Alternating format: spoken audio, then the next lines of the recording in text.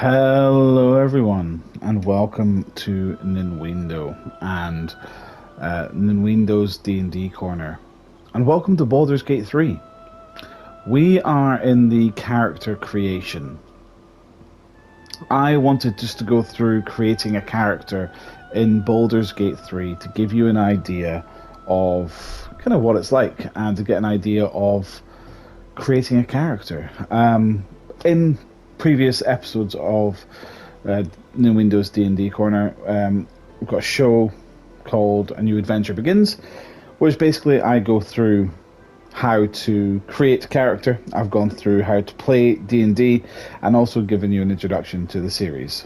I'm going to be starting a series of playing through Baldur's Gate 3 here on Ninwindo's D&D Corner, and I thought we'd start with creating our character.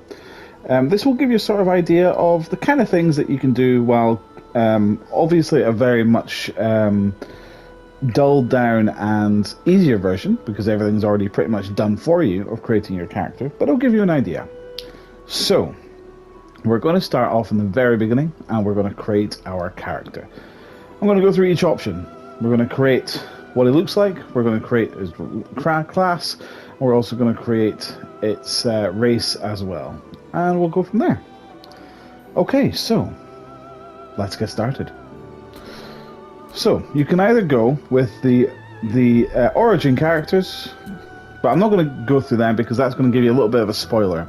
So we're going to go customs. You've always felt you've had a greater calling, but it's never borne fruit. Everything changes when you're awakened, imprisoned on an alien ship. Perhaps your time has finally come.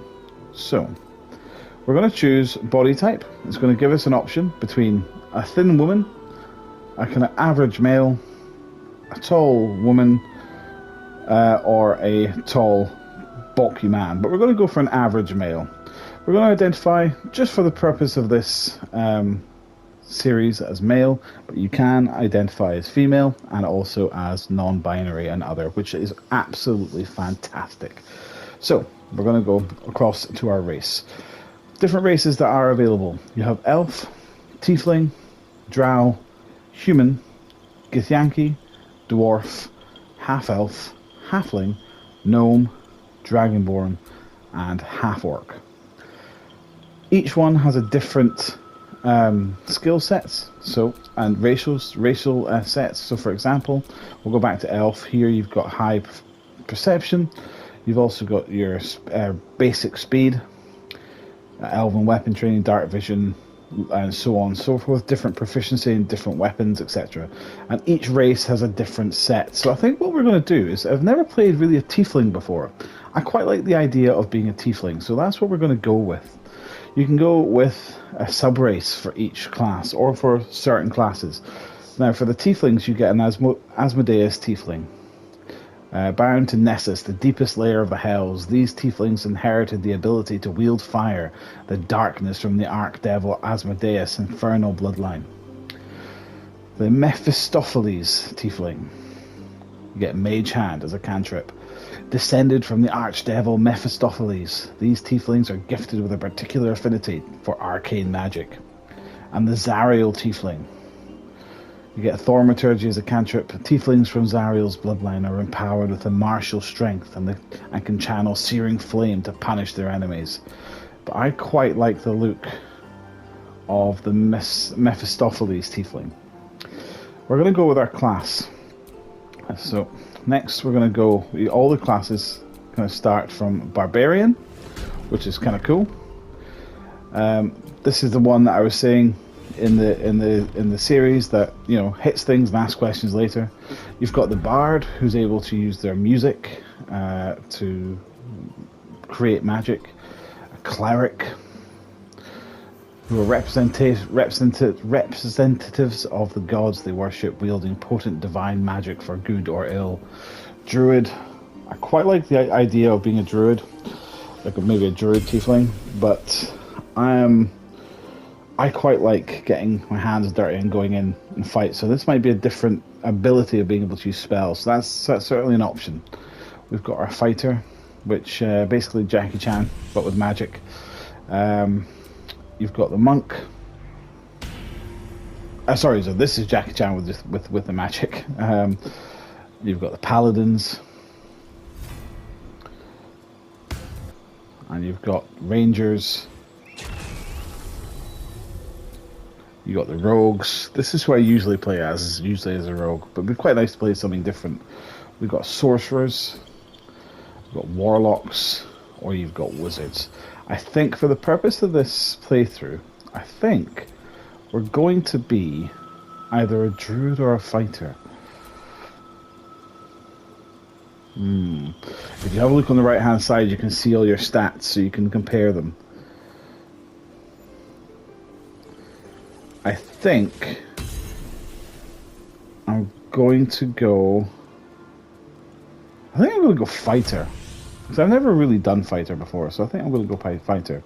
So fighting styles. We've got archery, we've got defense, we've got dueling, so when you're wielding melee weapons that's not two-handed or versatile in one hand, and no weapon in the other, you can deal additional 2 damage with that weapon. Great weapon fighting. When you roll a 1 or 2 in damage die for an attack with 2 hands and melee weapon, the die is re-rolled once. Protection or 2 weapon fighting. I think I'm going to go 2 weapon fighting. So dual wielding basically. Background. This is your background. You can choose kind of what your background is. So is this one going to be a acolyte? You spent your life in the service of the temple, learning sacred rites and providing sacrifices to gods or gods you worship. Charlatan. You're an expert on manipulation, prone to exaggeration, and more than happy to profit from it. Criminal. You have a history of breaking the law and survive by leveraging less than legal connections. I think I'm going to go criminal.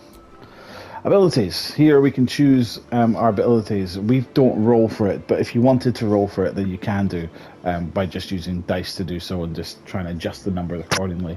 You get 27 points to choose. This is the point buying system that they use here, so you can then buy the points and take them away. So strength, being a fighter, is going to be the one that you need. Constitution is probably going to be good as well. Charisma, he's not going to be very charismatic, but we're going to see maybe throughout the game that maybe we can up these skills, hopefully, as we level up. Skills, these are the ones that you're going to be proficient in. Proficient in athletics, that's going to come in handy. And intimidation, again, going to be very handy. Now we're going to start doing the appearance. This is when it starts to get a bit more fun and we can actually spend some time creating our characters. So,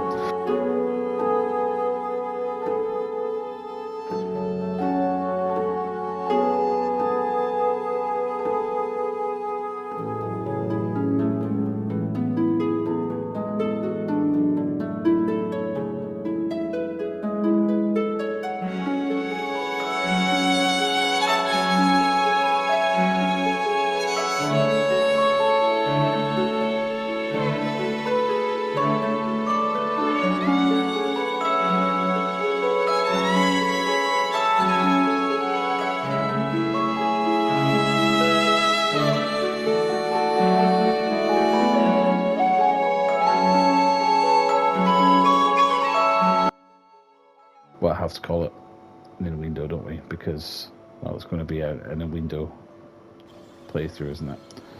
So next we choose our guardian. You know what, I'm happy with that. I'm just going to choose that one. Right, so when I do this, it will probably take us to a video scene, which is fine. But we're just going to get to a point of where we can save it, so then we can save our character and save our guardian. Guys, thank you so much for watching. I really hope that you enjoyed us creating our character, and please keep up to date with the channel so you'll be able to see whenever I post new episodes of this playthrough. I can't wait to play through this playthrough with you guys. So, until next time, thank you so much for watching. I'll see you again. Goodbye, adventurer.